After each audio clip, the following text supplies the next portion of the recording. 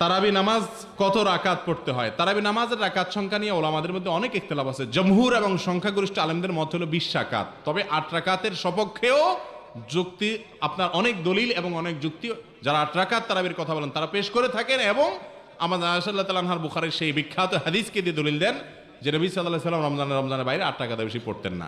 কিন্তু একটা কথা আমরা সবসময় বলি, তারাবি নামাজ ফরজ না সুন্নাত? সুন্নাত। সুন্নাত মানে নফল, একই কথা। আপনার নফল মানে এক্সট্রা, সেই হিসাবে নফল, আবার সুন্নত বলা যায়। তো এই নামাজের রাকাত সংখ্যাটা খুব বেশি গুরুত্বপূর্ণ না। রাকাতের সংখ্যার গুরুত্ব আছে, কিন্তু তার চাইতে বেশি গুরুত্ব হলো এটাকে ধীরে ধীরে আদায় করা। আমরা আজকে আলোচনা যেটা বললাম, কিভাবে আদায় করতে হবে, ধীরে ধীরে আদায় করতে হবে, হুলস্থুল করা যাবে না, ওইটা হলো মূল। এখন আপনি হুলস্থুল তুফান মিলে যদি 200 রাকাতও পড়েন তো ওইটা তেমন কোনো লাভ, বিশেষ করে যদি তার রোকন টোকন ঠিক মতো না করেন। আচ্ছা, এরপরে শবে বরাতের রোজা সম্পর্কে কিছু বলেন প্লিজ।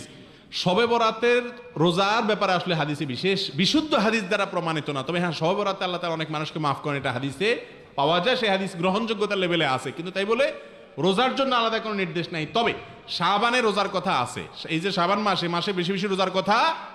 অতএব এ মাসে রোজার অংশ হিসাবে যদি কেউ ওই দিন রোজা রাখেন সওয়াব পাবেন। আবার আইয়ামে 20, তাদের 13, 14, 15 এই 3 দিন রোজা রাখতে হয়, সেই হিসাবেও যদি কেউ রাখেন তাও সওয়াব পাবেন। হাদিসের আলামত অনুযায়ী ইমাম মাহদী সম্পর্কে কিছু বলেন। ভাই, ইমাম মাহদী এবং কিয়ামত দুইটাই আসার নিকটবর্তী হয়েছে। সে নিকটবর্তী বলতে কি 500 বছর বাকি, না 5000 বছর বাকি, না 5 বছর বাকি, সেটা একমাত্র কে ভালো জানেন? আল্লাহ ভালো জানেন। বিধায় আমরা ক্ষণ বলতে পারবো না যে এত সালে আসবে, অমুক সালে আসবে। এটা যদি কেউ বলে সেটা ভুল, প্রস্তুতি নিতে হবে।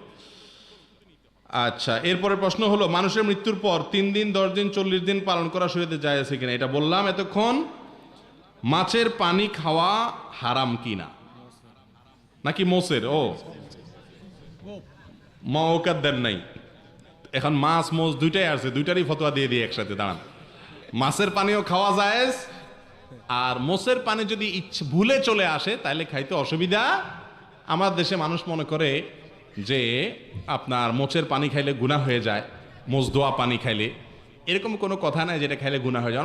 অনেক ওলামায়ে মাকরু বলেছেন, কারণ মোচে আপনার অপরিষ্কার থাকে, আপনি মুখ দিলে তার মোচ ধন না, ওর মধ্যে ভাইরাস বুইরাস থাকবে, ময়লা টয়লা থাকবে, এটা আপনি খাবেন কেন? এটা তো অরুচিকর। এটাকে মাকরু বা অপছন্দ নিয়ে বলেছেন, কিন্তু হারাম হবে না, বড় কোনো গুনাহ হবে না। আপনার ওই যে একটা প্রসিদ্ধ কথা আছে না, যে একজনে মদ খাইতেছে, তো এরকম বড় লম্বা মোচ রাখছে, মস্তান আর কি, এটা মসুরে দিয়ে মদ খায়। কিরে এরকম করস কেন? কয় কারণ মোচ লাগে গেলে হারাম হয়ে যাবে, মাকরু হয়ে যাব। খাইতেছে কি হারাম। এই জন্য কি খাইতেছেন সেটা হলো মেইন, কিভাবে খাইতেছেন এটা এত গুরুত্বপূর্ণ। হালাল খানা যদি খান মোচে লাগা যায়, অসুবিধা নাই। আর যদি হারাম খানা খান মোচে না লাগলেও অসুবিধা আছে, মোচে লাগলে এটা কোনো বড় কোনো অসুবিধা নাই। সুদের কারবার সম্পর্কে এক ভাই বলেছেন যে আপনাদের এলাকাগুলোতে বা বিভিন্ন এলাকাতে এখন সুদের কারবার আছে। ভালো করে শুনে রাখেন, ইসলামের সবচেয়ে বড় জঘন্য অপরাধগুলোর তালিকা যদি করা হয়, তার ভিতরে অন্যতম সেরা একটা তালিকা হলো কি, একটা কাজ হলো সুদ। সুদের কারবার যে করে আল্লাহ তাআলা তাকে ক্ষমা করেন না, সাধারণত যদি সে তওবা ছাড়া মারা যায়।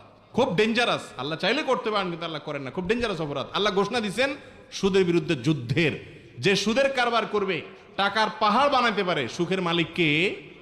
টাকা হইলে কি সুখ হয়ে যায়? বহুত টাকাওয়ালা আছে, পয়সা করিয়া আছে, কিন্তু ঘুম আসে না, ঘুমের ট্যাবলেট খায় ঘুমান লাগে। সুখের চোটে নিয়ে এরকম হয় না, দুঃখের চোটে? দুঃখের চোটে। অতএব সুখ দেওয়ার যে মালিক আল্লাহ তাআলা, সে সুদের ভিতরে কি রাখেন নাই? সুদ রাখে, সুখ রাখেন নাই। সুদের কারবার থেকে বেঁচে থাকবেন। আপনি হাওলাত বরাত করে যদি কষ্ট করে ব্যবসা করেন, আল্লাহ তাআলা বরকত দিবে। ডাইল ভাত খান, জীবন পার করেন, সুদের টাকা নিবেন না।